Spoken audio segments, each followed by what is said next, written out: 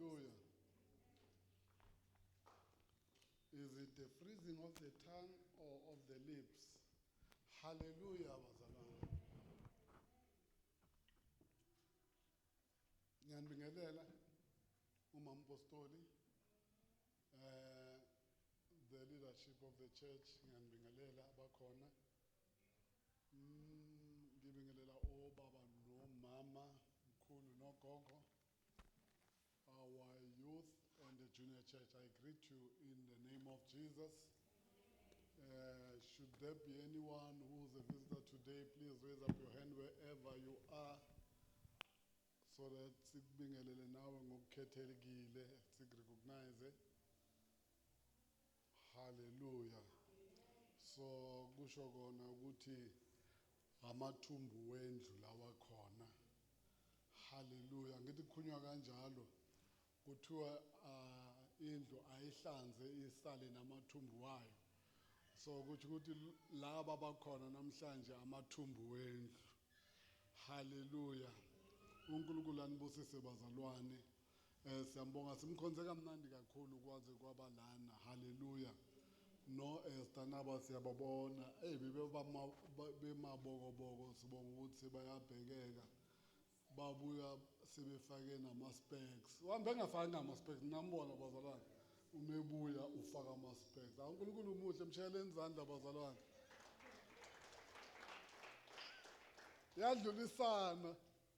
Yadlulisana uNkulunkulu. Udlula ungafakile ama-glass buso ofakile kube ngathi umuntu omutsha esingamazi. Umuhle uJehova. Hallelujah. Asibandla elihle bazalwane. I always say I wish ibandla lethu lingaba nako konke ibandla likaNkulunkulu emele libe nako. Ukukhulekelana, ukuhambelana, ukuchekana umuntu megula, ukuchekana umuntu mangabonakala enkonzweni.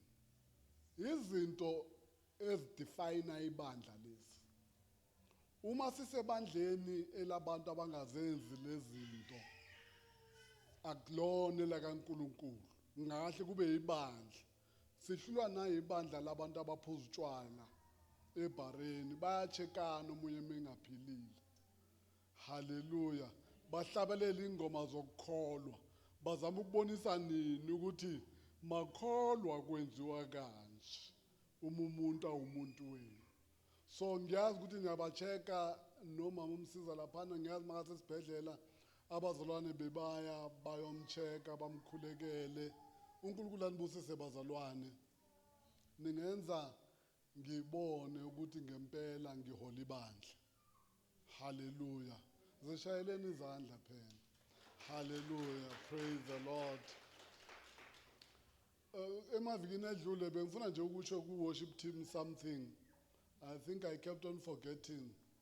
But don't panic. Hallelujah. Yeah, don't panic. There's nothing nasty coming here. Hallelujah. Yes. Kusho kona ukuthi bayakwazi uku-right, ne? Bayayazi ukuthi okuyiyo emele yenzeke. They know it. Kusho ukuthi mabasuke bangayenzanga basuke nje bafuna nje ukusibona ukuthi sizawuthini. Bangayezwa bafuna ukubona ukuthi what will you say? Visenywe. Basuke basho kanjalo visenywe.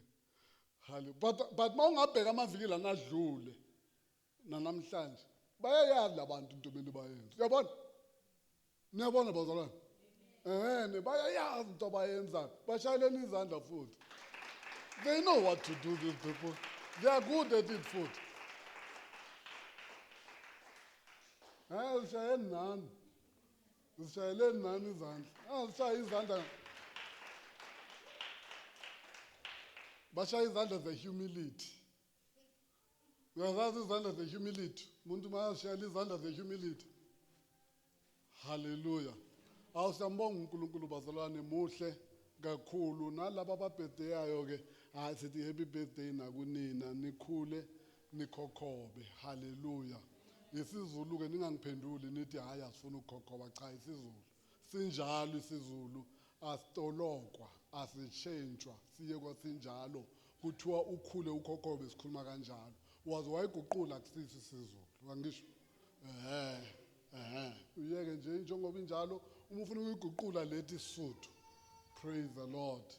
Angifune ke kupholisa maseko ngifuna siyezweni lenkosi ngoba ngiyazi kuyabanda asenencwadini ka1 Samuel ku1 Samuel chapter 18. Hallelujah. 1 Samuel chapter 18 verse 6 to 12.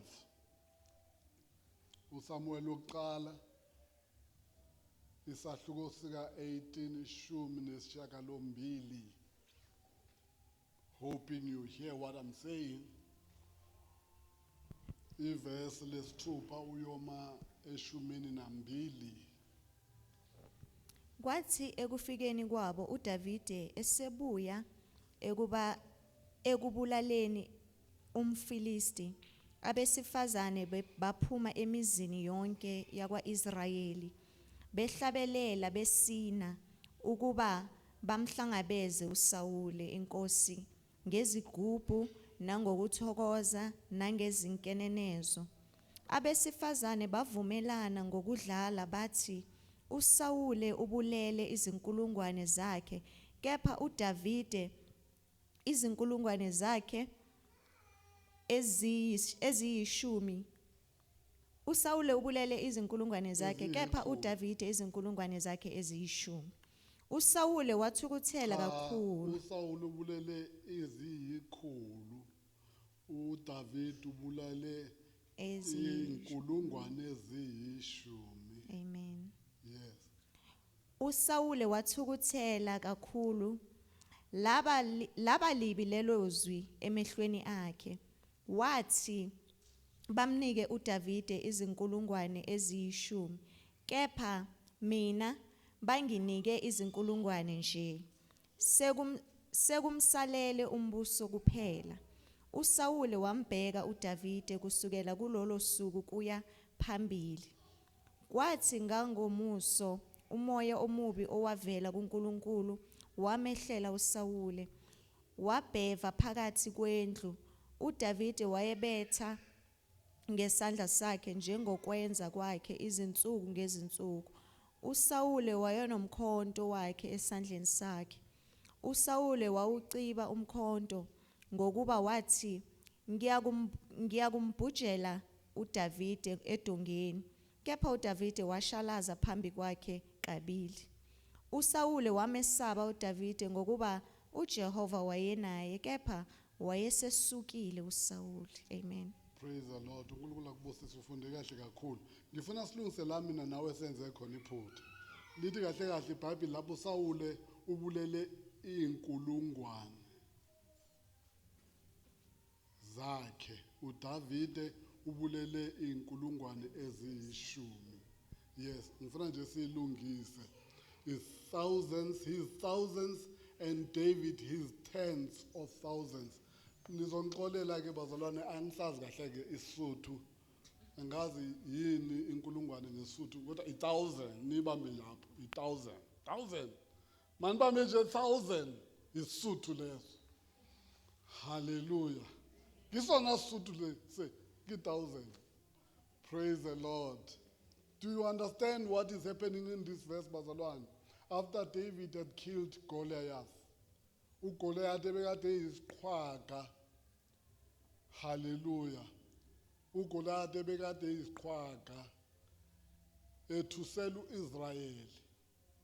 uIsrayeli onamandla, uIsrayeli ohamba noNkulunkulu, uIsrayeli olwelwa uNkulunkulu, uIsrayeli onqobe izimpi eziningi, wethuselwa uGoliath. Lithi iBhayibheli uIsrayeli uthuthumela nenkosi zakhe. Uyathuthumela phambi koGoliath nenkosi zakhe uIsrayeli eziqeqeshiwe, who had been trained in warfare the same way uGoliath was. Now if you read history, the Philistines, bebenendlela zokulwa ezi-advanced, even ne-technology yabo yokulwa. You could even compare them with Russia probably today. Now, many people, that is why even Trump treads very carefully when dealing with Putin. That is an analogy I'm giving you, that how powerful these people were. Lithi iBhayibheli uDavide bekangakaze abonwe enqoba impi nakanye. Izimpi ayinqobile ezakhe namabhere namabhubezi somewhere, but akaze abhekane nempi on behalf of Israel. Ubeka ukuqala lokhu ukuthi abhekane noGoliath. And lithi iBhayibheli impi yakhona nayo yathekwa uNkulunkulu over. Hallelujah. Because wathatha itshe wafaka kusling wasuyaphonsa kwenzeka imilingo. Angagqokile impahla zabempi kodwa uGoliath egqokile yena. Wafe egqoke kahle for impi.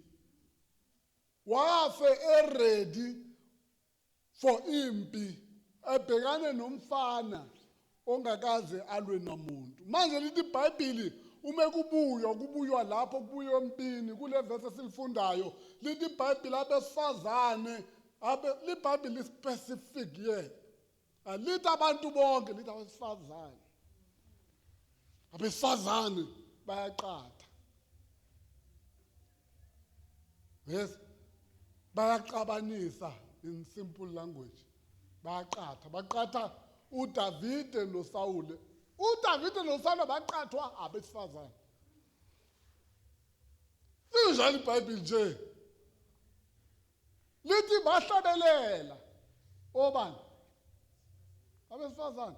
Bathi uSawule ubulele ezakhe inkulungwane. But uDavide yena basho lento uSawule uyinkosi uDavide akalutho.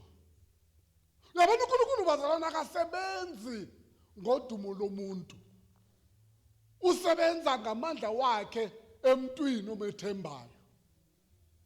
Ungabhekana nomuntu onedumo lokwenza izinto wena ungenalo udumo. Alwenzi lutho udumo masifika entweni zikaNkulunkulu. Lithi iBhayibheli bayahlabelela basho leyo nto leyo bathi kodwa uDavide wenze kakhulu ukudlula yena. Abesifazane ke lapho. Inkinga yamadoda kaningi ukuthi senza izinto ukuze abantu besifazane bashaye izandla. Baningi nabantu abaphuwa namhlanje bathenga izinto abangazi-afford ukuze umuntu wesifazane ashaye izandla. Bazalwane. Hallelujah. Bafuna umuntu wesifazane ashaye izandla. Nabantu abaningi mabenza izinto bazenzela bona. Abanye bawest noma begqoke ekuseni bagqokela ukuthi umuntu wesifazane ancome. Hallelujah. Banamandla abantu besifazane ungababoni bethule. Balawula ingqondo zabantu bengekho bona. Hallelujah. Lithi iBhayibheli lomhlabelelo lona wabesifazane wamcasula-ke uSawule. Hallelujah. Baqatheka-ke. Wacasuka-ke uSawule.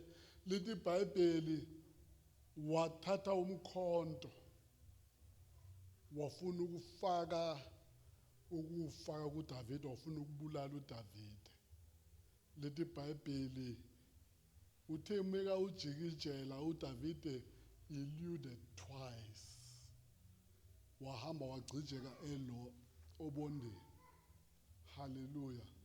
Lithi iBhayibheli wasuyamesaba uDavide ngoba uDavide wayehamba noNkulunkulu. Lisho kanjalo iBhayibheli. The narrative that we find subsequent to the event yokuphonswa komkhonto ayithi uSawule wamsaba uDavide ngoba uyakwazi uDavide ukudaka. Right? That's not a narrative the Bible gives us. The Bible says wasuyamsaba ngoba uhamba noNkulunkulu, hayi ngoba udaka successfully, but because uhamba noNkulunkulu. Because that's what made the biggest difference between David and Saul. Who is with God? Not who is greater than who. But that's not what I want to talk about today. What I want to talk about today is gada ingqondo yakho. Yelusa ingqondo yakho. Because ingqondo yakho iphethe konke okuphethelene ne-victory yakho. Your mind is in control of your victory. Your mind is in control of your success. Your mind is in control of your relationships. Are we together? Where bazalwane? Uma kaningi sikhuluma ngenhliziyo, neBhayibheli likhuluma ngenhliziyo, it's actually referring to the soul. And the soul is in the mind. We all know biology bazalwane ngisho. Yini umsebenzi wenhliziyo? Is to pump the blood. Hallelujah. Your heart is just pumping the blood, nothing more. It does not talk. When the Bible says heart, it's referring to soul, and soul is in your mind. That's why the Bible says, the soul that sinneth is the one that shall die. It is the soul that sinneth. We always refer to the heart, but listen today and learn. It's all about your mind and your soul. Now, what happened with Saul in this situation? He received the information from the people who were singing about him and David, making comparison, juxtaposing him against David. Wabona sengathi yena useyehliswa uyaphakanyiswa uDavide. Waluza control of his mind. He lost control because, siyabazalwane, we must subject our minds to the fear of the Lord. We must subject our mind to the trust of the Lord. We must subject our minds to everything that is true, everything that is pure, everything that is clear, everything. We must meditate upon those things. He allowed the devil through this to decipher information ngendlela destructive way. You know, when we talk normally, we say, no, the devil is a liar. We say that, don't we? The devil is a liar. And indeed, the devil is a liar. But who validates the lie of the devil? You and me. We validate the lie. What the devil did in this case, he took this and then he twisted it in the head of Saul. And Saul accepted the lie and validated the lie and started looking at David as an enemy who was not an enemy before then. Hallelujah. How is this possible? Nangumuntu ubulala uGoliath. Umaqeda ukumbulala umupha indodakazi yakho ukuthi abe inkosikazi yakhe njengoba ubuthembisile. Mususuka lapho usujenje ingqondo uyamthatha leya ntombazana uyipha someone else ngoba uvumele ingqondo yakho ukuthi igcwale amanga kaSathane. The lie of the devil. Let me tell you something, bazalwane, today, and I want you to learn today. Learn today. The temptations are not forces. Are you hearing me? Temptations are not forces. They are proposals. Temptations are proposals. The devil is proposing. Everywhere Satan attempts umuntu, uyasuggest akanamandla phezu kwakho. He doesn't have power. He suggested to Jesus. Jesus rejected the suggestion. Lithi iBhayibheli wahamba ingilosi sizamkhothamela uJesu because he rejected the proposal. And the proposal of the devil is always a lie. It is you, when you take it and execute it, who makes it the truth and your truth. So there are many people who live under the lie of the devil and they've converted it to their truth. Labantu bazondayo, you have taken the lie about them from the devil and then you made it your truth. It's the truth. Kunabantu mhlawumbe obazondayo abazi benzani because you took information ehamanga and you made it your truth.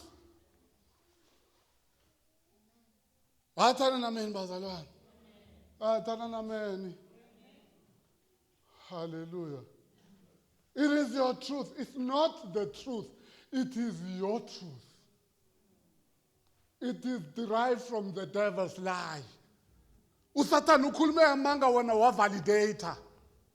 It was invalid until you validated it for yourself. And isiyakubusa manje ukuthi iBhayibheli uSawule ujikijela umkhonto ujikijeliswa yini ukuthi ukholwa amanga about uDavid. uDavid usindise isizwe saka-Israyeli from uhlazo lokwendelelwa amaFilisti.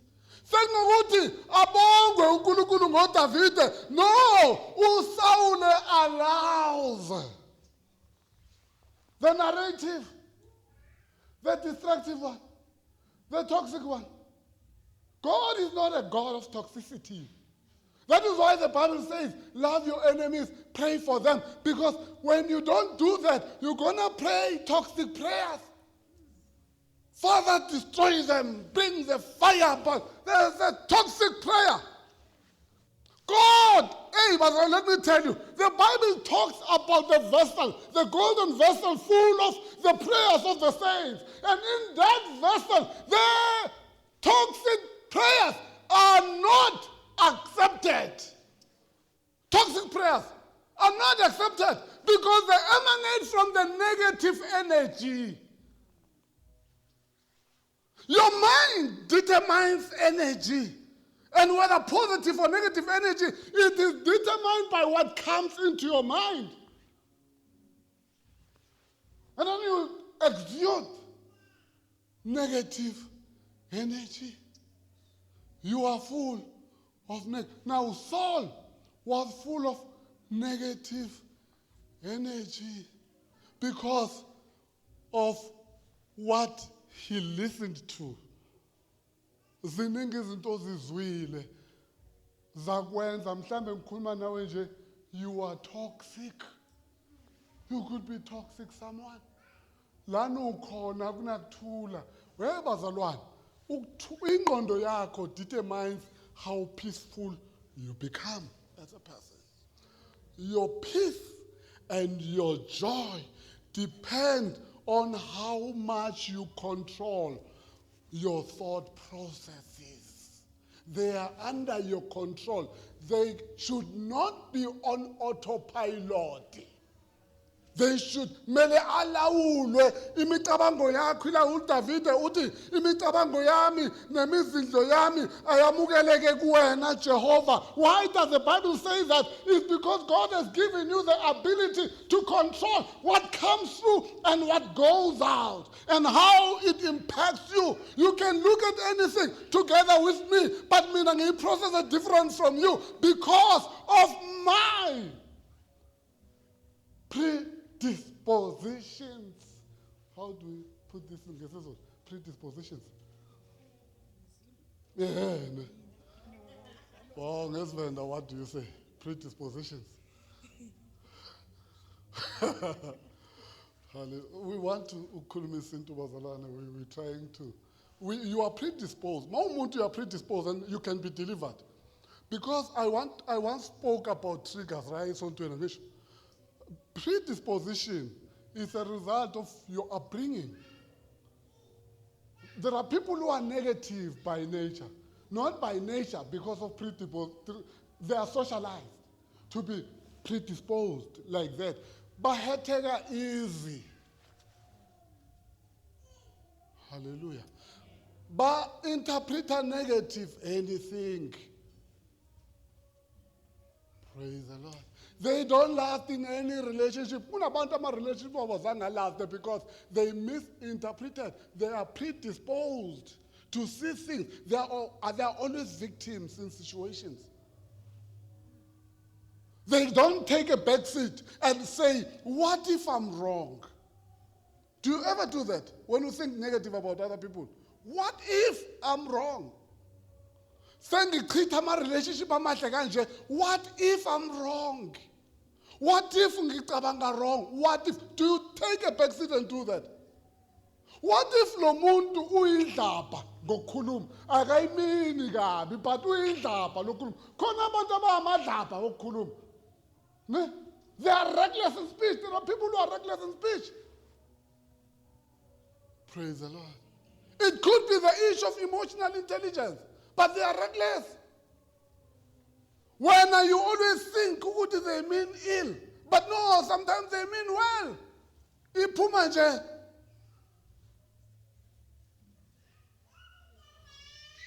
Hallelujah. Kunabantu abaphahlukayo. Baphahluka. Bathi bona ama-straight talker kanti ababoni ukuthi akusiwo straight talker. Ukuphahluka igama layo lento yakho. Bese wena wenziwe abantu abanjalo ukuthi ungabusaba nokuthula ukhonze kabuhlungu. Praise the Lord. Kaningi sithi siyama-victim wabantu kanti siyama-victim of our own processing. Our processing is a problem.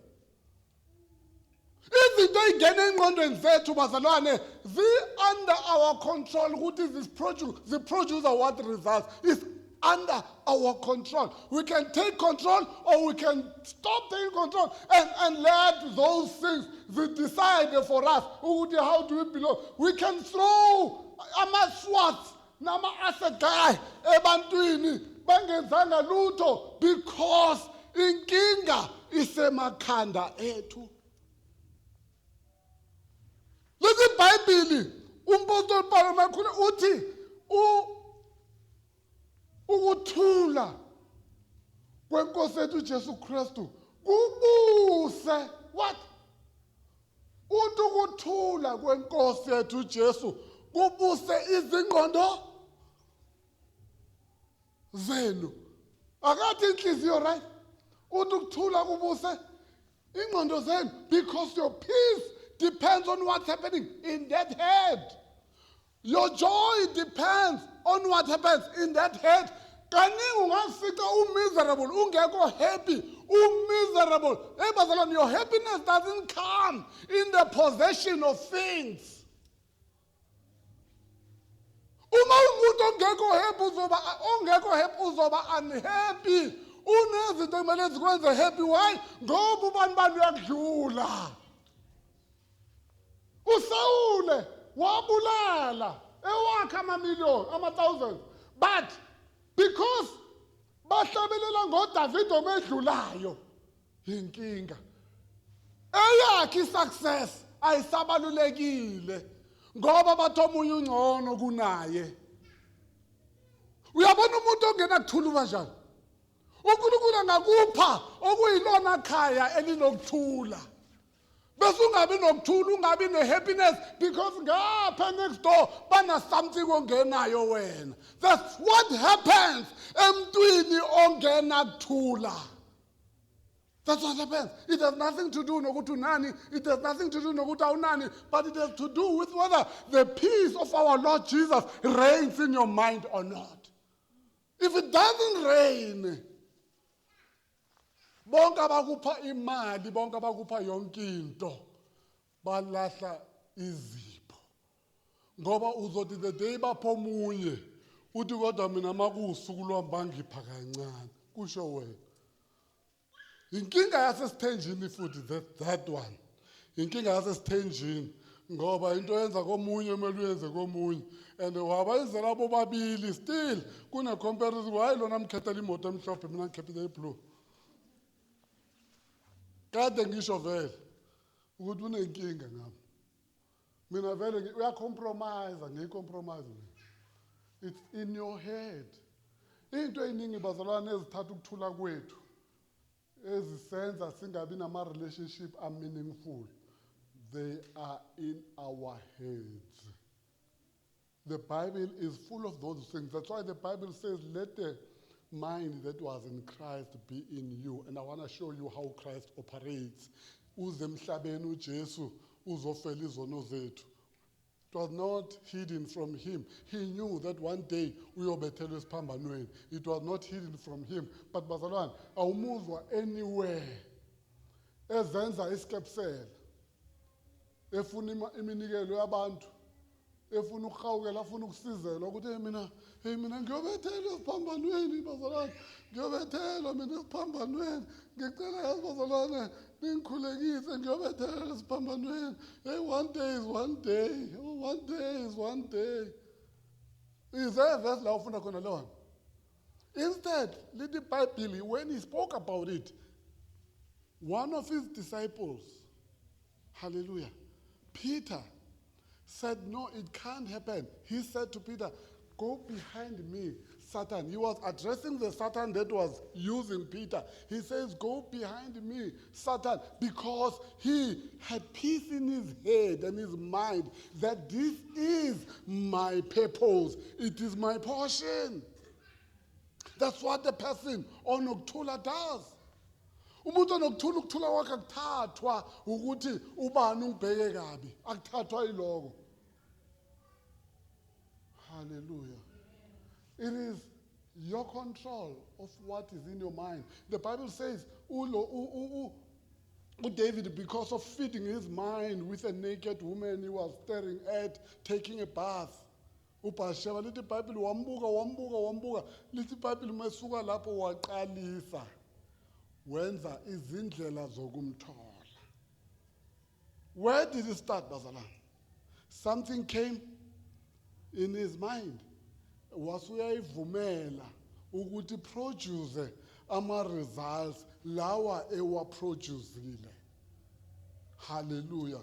Yonke into from that day to the day yomprofeti oweza kuye uDavide cannot say it happened to him, but he must accept he did it. He did it.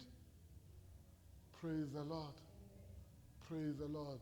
Inkinga yethu yilena bazalwane, singabazalwane abangazi ukuthi sinamandla because ingqondo zethu zigcwele uvalo.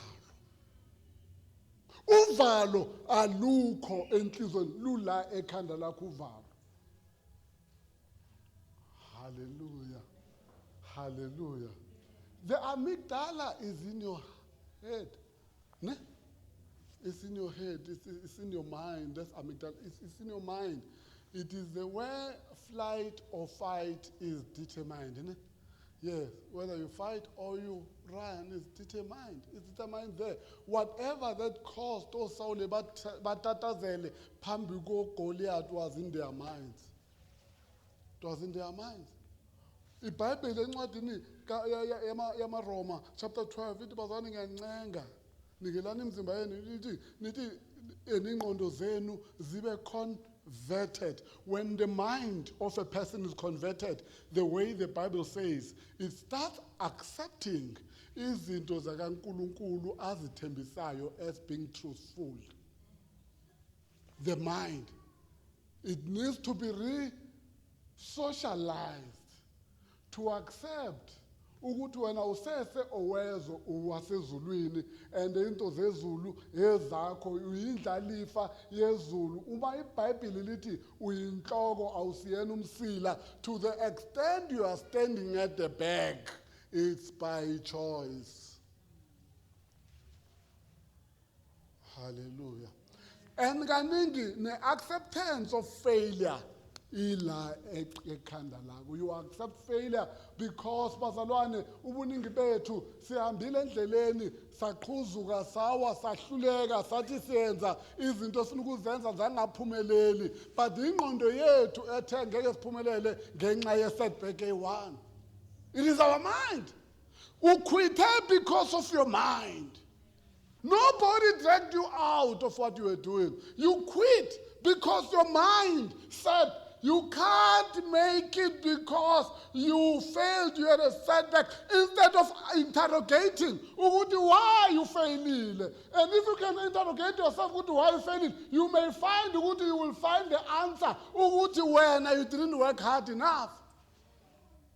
Didn't work hard enough. And because we are always, bazalwane, ready to attribute to imimoya. Imimoya esifelisayo. Sathane osixabanisayo. Asithandaze mkami Sathane usiphethe. We mame. Ha? Asithandaze mkami imali iyaphuputheka lana endlini. Bazani iqeda izangoma ngoba hey siyabhaza. Izangoma zongiqeda hlobo. Imali yakhe iyalahleka, imali yakhe iyalahleka every month. Awuyazi ukuthi yenzani. You know why ungayazi imali yakho? You don't budget. You don't plan. Umuntu ongahleli uba I blew it on a monthly basis. Nina nihleka labo I blew it bama RAF funds, ne? Niyabahleka kanani niyibona. You blow it every month. You blow it. You're blowing it. It needs ingqondo yakho ithi mina I'm a successful person, but I need to plan like one. I need to plan like a progressive person. I need to interrogate every son. Bazalwane, ask everybody rich ukuthi ufike kanjani la khona. Uzokutshela ukuthi angifikanga la ngikhona ngokumosha. Ngifika ngokumosha. But wena izangoma zizofika kuwena zikutshele ukuthi imali yakho iphuphutha umakhelwane iphuputha njalo uma uhola uyaphuputha. Kunomuntu ongasukeleka lokho aphuputha iwallet yakho. Huh? Because your mind is so prone to lies. Kaningi uzofika uguqe phambi kwezangoma ugijimisana namanga. Ingqondo yakhe wathethe yawa internalizer. Most of us, we are results of internalization. Hayi man manifuna. Ubusiyahamba uyesangomeni ngoba ukholelwa lento oyikholelayo. Ebese isangoma sakugxema sakugila. Sithatha imali yakho, sikuthengise inkomo, sikuthengise yonke into, uhambe ungabi right still. Ungabi right. Because the answer is with you. Is to start saying, ngizohlela impilo yami now. I am not a failure. Angisona isihluleki, angisiyena umuntu ongena purpose empilweni. uNkulunkulu ungilethele ipurpose la. I'm going to find my purpose and I'm going to find. Hey bazalwane, ukuthi into is a purpose does not mean ayizulwiswa. Ungafaila once or twice or three times in pursuing your purpose. You can. The devil is a liar. Makakutshela ukuthi ufeyile ngoba it's not meant for you. Qaphela ingqondo yakho ukuthi ikutshelani. Hallelujah. Uyazi musitshela ukuthi umubi uzoba mubi nakimi. Do you know that? Uma uyitshela wena ukuthi you are ugly, you're gonna get so ugly, even in my eyes. You're gonna get so ugly, I won't even believe it. Kunentombazana la ngisebenza khona, hey, I like that girl, ne? No. So, yama ngamakwayikwayi. Ne? In a confidence. Le ntombazana, ne? Yama ngamakwayikwayi kodwa hamba so.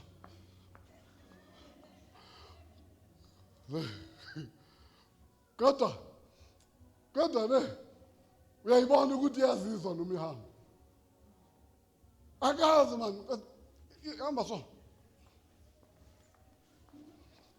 So, and inephondo elide lifika la. Uyabona? Manje ngisuke ngoba ngikholela emakhaya mina. Ngiveze nje ngicabanga amahashi.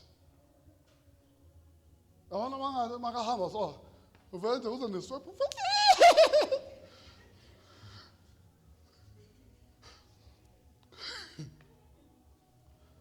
Ngiyabuza omunye ngithi kodwa le ngane why ihamba kanje? Uthi hayi amakwayikwayi made too much for her. and uyawathanda. Kanti umntana loyana ngimshayela izandla mina akazotshelwa wena nami ukuthi enzeni. Uzokwenza lena egqulisayo. Lena emgculisayo iyona azoyenza, akanandaba ukuthi mina mangimbheka ngicabanga ngamahashi ngizotransforma eventually ngimjwayele ukuthi yabona kwesikhathi siqala kanjalo. Do you know how many people bazalwane who laugh at you bese u-internalize ukuhleka kwabo wena bese uzibone ngendlela bona abakubone ngayo ukuthi uyahlekisa wena? Uyakizwa ukuthi ngithini? Abantu abakuhlekayo ubese wena uqala uzidefine ngendlela yabo uthi wena wenza njani? Uyahlekisa ungahlekisi? Do you know kunabantu abahleka wena abadeserve ukuhlekwa wuwe? Ngizwa muso wena. Kunabantu abakuhlekayo ekumele kabe wena abahlekayo, but ngoba wena internalize kuwena ukuthi wena u-inferior, because ukuhlekwa kungakwenza uzibone u-inferior kwabanye abantu. Hallelujah. But that inferiority is not a result of kuhlekwa, it's a result of processing ukuhlekwa. Uma ungaprocess ubabuke uthi ayiwanda bahlekani, ngoba I've got many reasons to laugh at them. I've got so many reasons to laugh at them. Praise the Lord. What we process in our heads and how we process it, it's a it is a cause of what you and me are today. Ulahlekelwe umshado probably is how you processed. Hallelujah. Ulahlekelwe abangani probably is how you process things. Are you with me? Are you with me? You don't trust your prayer. Probably is how you think about yourself. You don't believe in the favor of God. There are people who sit in front of me who struggle to accept the love of God. They believe God loves others more than them. And that belief is the one that causes you to be what you are today. Noma uyokhuleka awuboni ukuthi uma ukhuleka uwedwa uNkulunkulu ukunikeza the attention that he gives to me. You think you get worse attention from God. Inkinga yazi ukuthi ikuphi? Inkinga is not in the Lord. Inkinga is with your mind. It is the way you process information. The word of God is preached to you every Sunday that God loves you. But inkinga yakho ukuthi you struggle to accept love because when your predisposition is that you are unlovable. Until you deal with that, you're going to struggle to hear when we say to you, God loves you. Nangu lona ori joki mutholo haki ratwa lina karato leli kaka ngamanye amazwi ubefana nawe engakholwa ukuthi naye angathandwa. Kodwa lithi iBhayibheli umhlabelelo uthi wakwazi ukubheka wabona ukuthi ngimubi kangaka ngisoni kangaka nami ngithandiwe kunalomhlethi ngenzelwe ingceba nje ngifumene umusa ngase ngiphiwe igama elisha. I'm speaking it ngikuthandiwe. Hallelujah. You need to say things that are good about you. You need some of them to repeat them so many times because your predispositions were most of the time caused by repetitions. Because when narratives are repeated too many times, kuba sengathi ayiqiniso noma amanga. Yazi amanga mawaphindwe kaningi agcine kube ngathi engqondweni yakho ayiqiniso. When something false is repeated, kunemunye usisi I was going to preach eSasolburg kwinkonzo namakhaphula. Lo sisi lona uma phambili uyi-MC. Uthi bazalwane, you know, my husband is a man of faith. How now? I said, indeed, indeed, he's a man of faith, but he's a pastor. Because we believe that all pastors are men of faith, right? It's your belief. Hallelujah, mine too. So, uthi my husband My husband is a man of faith. My husband is a man of faith. Now we are listening. Where is this woman going? Me, I am ugly. Very ugly. Umama uyakhumbula. Uthi ngimubi. But this guy tells me daily that I'm beautiful. He's a man of faith. He's repeating this thing. He wants it to register in my head that I am beautiful. So that even if ngingekho muhle njengoBeyonce ezweni, but in his eyes, you will always be beautiful in my eyes. Do you know that song? Ne? Do you know that song? This person doesn't talk about beautiful to everybody within my eyes. So you can create your own beauty by affecting the narrative in your own head. But inkinga yethu ukuthi sifuna abantu basivalidate ngabafazi sibashadile basitshela emfazi akho muhle yo. You've got such a beautiful woman, man. Sishadela ukubonisa ama-trophy. I-trophy yami lena. Because isikhathi sibonisa i-trophy akangile ekhaya. I-trophy yami yangile laphana ekhaya. Sishadela irrespect outside abantu ukuthi abantu bangivalidate bangithande kodwa ngiyagileka laphana ekhaya. Ngiyagileka but I will put up with it, you know. I'll put up because ngiyahlonishwa la ngaphandle. I'm being respected because of my beauty. How you process in your head izinto oziprocessayo nokuthi wena uzibizana. You can change. Lithi iBhayibheli uNkulunkulu when Saul came to the Lord, he changed the name from Saul to Paul. It starts by calling things correctly. It starts by aligning now. What you used to call negatively, can you now start changing it and call it positively? Let me tell you something. Labels determine the thinking. Bonke labantu balabelile wathi bayatefa bayahlupha bazothi mabakutshela ukuthi kunenkinga ungarespondi because that's what happens when you label. That's what happens when you label. Hallelujah. I asked you the other day, you know, I'm aging now. Now I'm asking myself, why umama azange angitshela ukuthi umzimba uyahlupha musuguga uvuke ekuseni kwesikhathi uphethwe amadola wazi kuyaphi. Uvuke kwesikhathi uphethwe iqola wazi kwenze njani. You know? Ngathi abazali bethu abazange basitshela samani uyaphendula. Uthi they told you. They told you. They didn't say to you uzophathwa amadola. Bakhala kuwe ngamadola. Wena wathi bayateva. You said so. Manje sesishaya wena. Usufuna manje kube valid narrative. Hayi uyatefa nawe.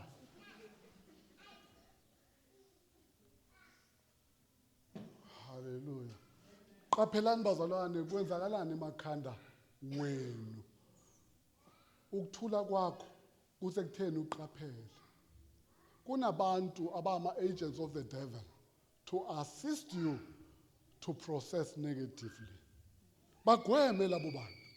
Be careful of those people. Kunabantu abazokuhlukanisa nabantu aba very important in your life ngokuthi bakwenze izinto ezenziwayo labo bantu ezi-innocent. Kunezinto ezingaba wrong zi-innocent, webazalwane. Kunezinto ezingaba wrong zi-innocent umuntu angahlosile. Bese mina mungitshela ngikutshela umbono wami o-negative.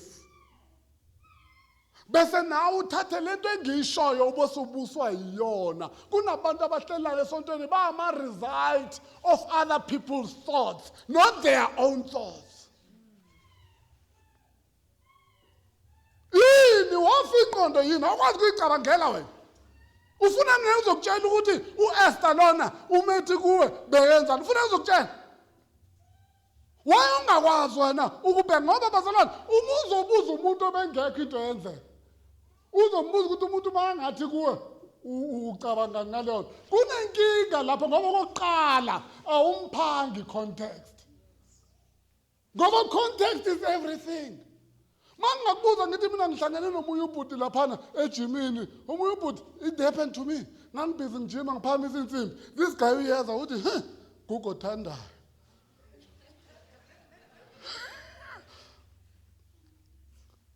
I didn't know how to respond. Because I didn't know whether uyancoma noma uyedelela. Angisho? So ngavele nje ngamnikeza ismile ngathi. Hallelujah. Because ukuthi uresponda kanjani is under your control. But something in me yathi kimina, why is he saying this to me? Gugu Thandayo. Hallelujah. Ngithema ngimjwayela kuhamba isikhathi. Kunabantu ozobakwatela ngoba ukakabazi. Kodwa mangilo ngejimini ngimjwayela this guy, ngarealize ukuthi yobe ngiyomlwisa for into ehubala. Umuntu wamahlaya vele. Yabona? Umuntu ka everybody lana ejimini ningafica ukuthi lela langa athi Gugu Thandayo ubezifaka naye indlela yokubingelela abantu. Naye ubingelela kanje mangafika emntwini ojima uthi Gugu Thandayo ngoba mina ngidliwa uguga kwami ngayi-interpret. Do you understand? Mina ngidliwa unembeza ukuthi ngiyaguga. Uma ufika kimi uthi Gugu Thandayo uveke what do you mean? But uma eya emntwini ongaka ejima afika athi Gugu Thandayo akabi offended, right? Because akaphethwanga yilento ephethe mina. Kwesinye isikhathi into ekuphethe iyona ekhethisa ngabantu ngezinto abantu abayikhuluma kuwe. Akunakwenza kunabantu esibathwese esibabhece ngenyama ngobende inyama bangayidlile. Yangizwa ngithina ngisho. Siba accuse bangenzile lutho. Thina nje sithethe into abayikhulumayo sazigcema ngayo. Uma ngingakwazanga ukuza emngcwabeni wakini. Uthini wena? Uthi ngine favoritism ngiyakhetha. Ngibambekile ungibuzanga nongibuza. Abafundisi bayabambeka. Hallelujah. Abafundisi bayabambeka. I was telling someone yesterday, ngithi mina inkinga kunabazalwane ebandleni abanocabanga ukuthi umuntu uyena yedwa ibandla. He thinks he is the only church. You must check him more often because when he thinks about the duty of the pastor, it is to take care of the church. What is the church? It's me. The church has many people that need the attention of the pastor. Hallelujah. Sometimes the pastor may not be with you as much as you want because there are many others who need him too. And whereas these days pastors are working. It's not the olden days where pastors were at home, right? They have to work. And pastors have wives. And they don't want to be left by their wives because now. Can't be. When my wife is unhappy, the ministry is affected. When my wife is unhappy, the ministry is affected. Yini nama ngathiwa ngisho umfazi nizothi angeke siphathwe yi-divorce kuzosho nina. Angisho? Ndoda eshiwo umfazi kusho nina. Ngoba nina abazalwane inkinga yenu. When it comes to abantu abashiwe abafazi abashiwe amadoda, your mindset about them is that they're outcasts. It is your mindset, not God's mindset. Yours. You part ways there with God. You just part ways there. Hallelujah. Ake siqaphele okuseyingqondweni zethu, siqaphele ukuthi sicabangani about each other, about what we do, about imisebenzi yethu. Abaningi bethu ngabe sikude ne-life, but because singamagwala. Amagwala abazalwane awangeni ezulwini. Hallelujah. Amagwala awangeni. Lisho njalo iBhayibheli in the book of Revelations. Lithi ngaphandle kunani? Kunamagwala. Ubugwala is here. Ubuvila, abazalwane ubuvila, laziness is an issue of the mind. It's procrastination. I'll do it tomorrow. I'll do it tomorrow. Abantu abaningi baqale lo nyaka banama goals. Ne? Abakaqali na one step towards those goals. baloyi procrastinator, and it's not the work of the devil, it is the work of your mind. You lazy. Hallelujah. Sekuze kuJune manje wazithembisa amaqhawe ngiyaregister this year. Ngiyaregister. Kunabantu abaregister every January. Ba-announce that bane-announcement eyaziwayo every January. I'm gonna change my mind. Gonna change my life this year. My life's gonna be different. How so? He doesn't know. It's not mapped.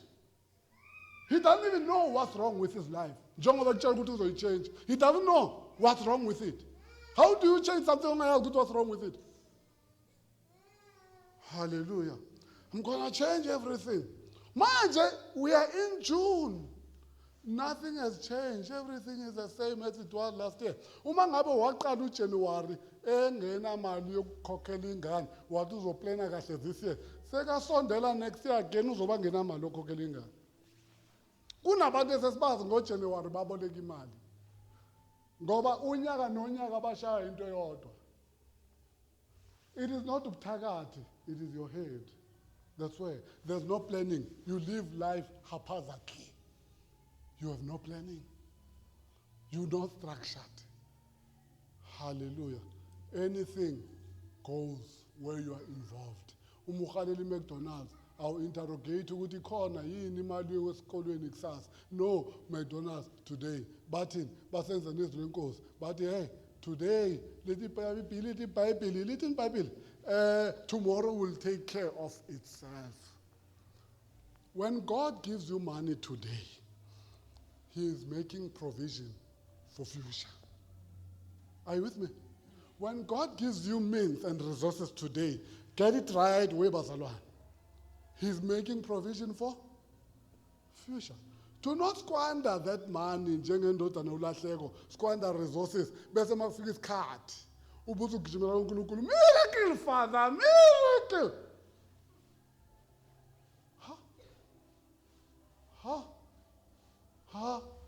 Ingane esikolweni yenza umatric angisho this year. The child is in matric. What happens after matric? What happens after matric? We go to varsity. Why do you wake up in January? The reason why you perpetuate poverty, many times it's in your head. It is not witchcraft. It is not it's not the gas lagging, it's not the genes, it's not, no, it's not. Ikhaya nekhaya liyaba nomuntu oqala wokuphumelela. What happened nalowo muntu? What happened Bazalwane with that person? U-escape ubuthakathi bala ekhaya.